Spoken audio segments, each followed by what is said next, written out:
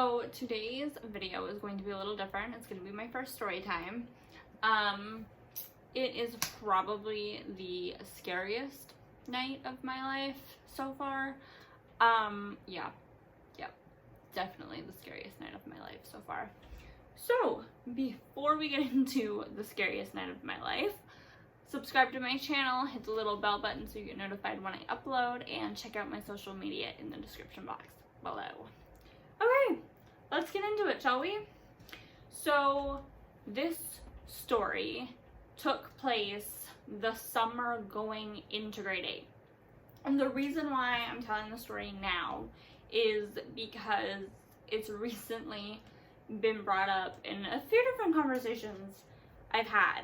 One with my dad, who the story actually happened with, and a few different times with my mom, just because I tell it a little bit more dramatic than she thinks it needs to be told. But she wasn't there, so she doesn't get a vote. I love you, Mom, but you still don't get a vote.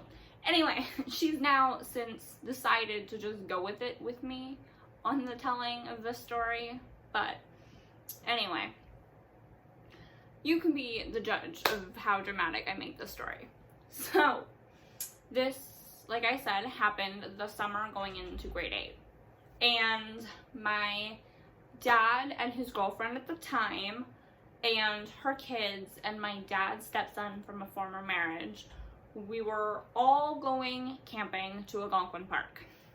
If you know Ontario, you know it's a pretty big provincial park. Actually, I think it might be the biggest, but don't hold me to that. Anyways, so the plan was everybody was going to be at the house, my dad's and his girlfriend's house, the night before to pack up the trailer that we were taking, like the tow trailer, and the car. So we're going to pack those two up, go to bed, wake up early the next morning, and leave. So that goes as planned, everything's packed, everyone's ready, we hit the road. We start the trip with the exhaust falling off of the car midway through our trip. We didn't lose it, like my dad just it started to go as we were making the journey, and then when we made a stop, my dad actually took it off and put it in the trunk so we wouldn't lose it, so that we could reattach it or fix it when we got home. But we had no exhaust for most of this trip. So it started off pretty bumpy. We made it all the way to the park, we checked in, we went to our campground, because there's several inside of the park that are made, and then if you're portaging through the park, you can make your own camp on the off-beaten camp things. Anyway, whatever. We went to our campground, and ours is, I think, the only one I've ever stayed in. Every time we've gone back to the same campground, but it's a really nice one. It's two different sections that are connected by a bridge, because there's a river that runs through half of it into the lake that the two kind of campgrounds share. So it's one of the bigger ones, I think, and it's divided into two parts. So we were in the second part, and we had two different campsites. I think we booked the trip a little late, so we were divided by a road, so there was one campsite on one side and one campsite on the other side of a little road. And the kids and the kitchen pavilion thing was all on one side, and then the adults were kind of on the other side. So my dad and his girlfriend at the time were in their tent, and then my dad and his girlfriend's uncle and his two kids were in the other tent, and then we had 3 tents on the kids' side. So there was me and my stepsister at the time in a big tent. Not a huge tent, it's probably a 4-person tent, but bigger than the other two. And then the other two were just 2-person, although I don't really see how it's really 2 people if you have a bunch of stuff, because then it's 1-person tent, but whatever. It said it was 2-person tent, and they were long, but you couldn't really stand in it. They were longer. So we decided that the kids would rotate the tent. So me and my stepsister got the big one for the first half of the trip, and then the boys, we get the big tent for the second half. So it was all fine. We set up camp. Everything's ready to go to have a great week. And we make dinner. We have a fire. We all kind of go to bed a little early because of we're tired from the travel. So me and my stepsister, we go into our tent. We get ready. We fall asleep.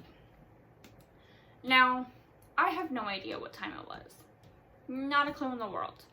But at some point in the night, I woke up. And my stepsister, who was beside me, was already awake. And she kind of like noticed that I was waking up. And she looked at me and she's like, "Do you hear that noise?" Thinking that that's probably what woke me up. In reality, I have no idea what woke me up. I don't think it was the noise. I think I just kind of like, some part of like my unconsciousness knew that something was happening and I needed to like wake up, so I woke up. But at the time I didn't hear anything. There was like no noise, so I was like, no, I don't hear anything. And she was like, "Oh," and I was like, "Why?" And she's like, "Well, I hear a noise coming from behind us." Now, our particular tent was facing the campground's bathroom. So there's a big light on the back of the building where the washrooms are that shines through most of the second half of the campground. So it's not like completely like lit up so that you can like completely see, but there is a light. So, and we were facing that light. And then behind us was the car and the tow trailer that we had come up in. And so eventually I hear the noise, and it's like a rustling sound to start. And I was like, "Yeah, I hear it now."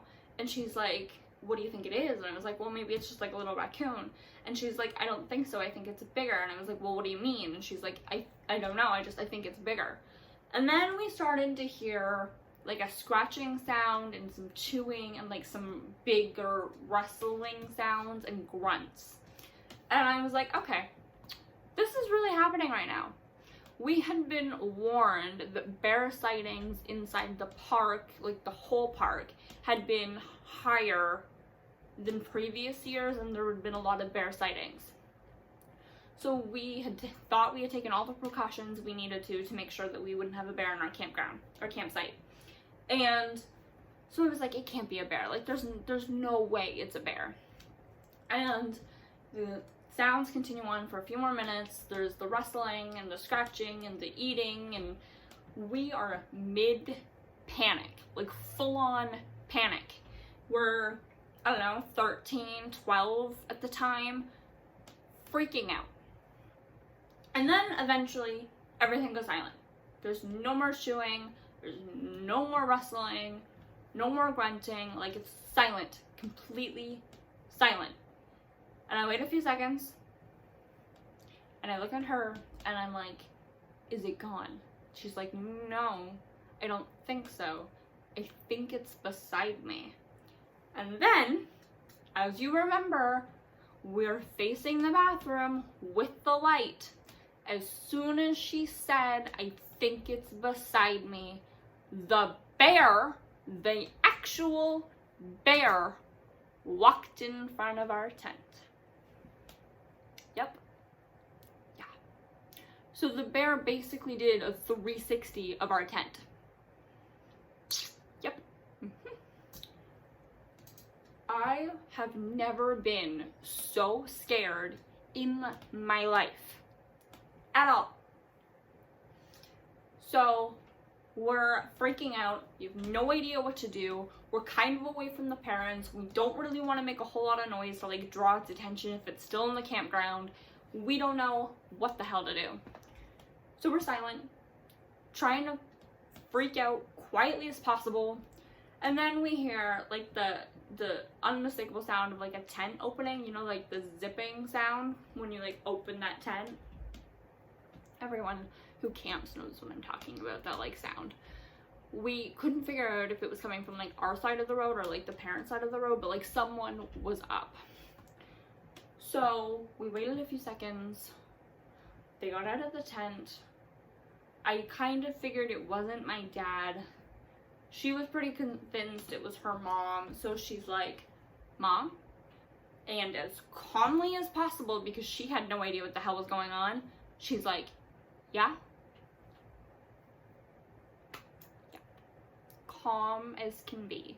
She was a little surprised that we were awake because it was the middle of the night, but no terrified, no afraid, nothing. Just a calm, yeah? So we like fly open the tent, we rush out. We're like, there was a bear in the camp because it had walked in front of our tent. We saw it. It made a whole bunch of noise and all of this. And she's like, really? And we're like, yeah, really?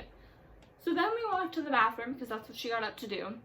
And we went with her and we kind of like took that minute to like go to the bathroom. I really had to pee. I think it was because I was afraid for my life, just like a little bit. And so we go to the bathroom. We come back to the tent. We're like, okay, let's go to bed. We'll figure out why it was in the campground in the morning. Obviously, it's gone now.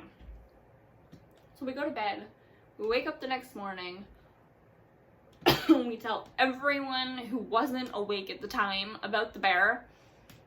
In retrospect, we probably shouldn't because her little sister was like 6 or 7 or so-ish at the time. She wasn't that old. We probably shouldn't have scared her like we did, but we were freaked out and we wanted to like tell this story because we couldn't believe that it happened. So we figured out that a cooler had been left in the trailer behind us, but like just like the zip cooler, the one that like you can like just unzip and eat, like the travel ones, that was full of fruit. So the bear ate all of the fruit that we had packed for the week, except for the cantaloupe, which it deemed unnecessary to crack open. It had like claw marks in it, like it had tried to like open up the cantaloupe to eat, but like gave up. So yeah, that is the time that I was almost eaten by a bear, which is the dramatic part of that story. I claim I was almost eaten by a bear because I feel like I was almost eaten by a frickin' bear. Anyways, there was also, so we had the muffler, the bear situation. There was a tornado that went through the corridor of Algonquin Park that weekend, or week. And there was another bear sighting, which was a little calmer because it was from a distance in the corridor during the day. And the bears just like crossed the corridor in front of my stepbrother. So that was like a nice bear sighting. But yeah, that's my story on when I was almost eaten by a bear. So I hope you guys enjoyed this video. I'm glad I'm still here. Wasn't eaten by the bear. Some of the other like tents that weekend had been like opened by the bear, like fully like shredded. They weren't, the people that were like staying in those tents weren't in the tent at the time, but like there were a few that were like shredded.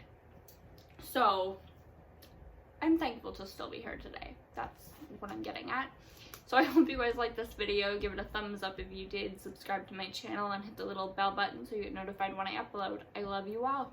Mwah. Bye now.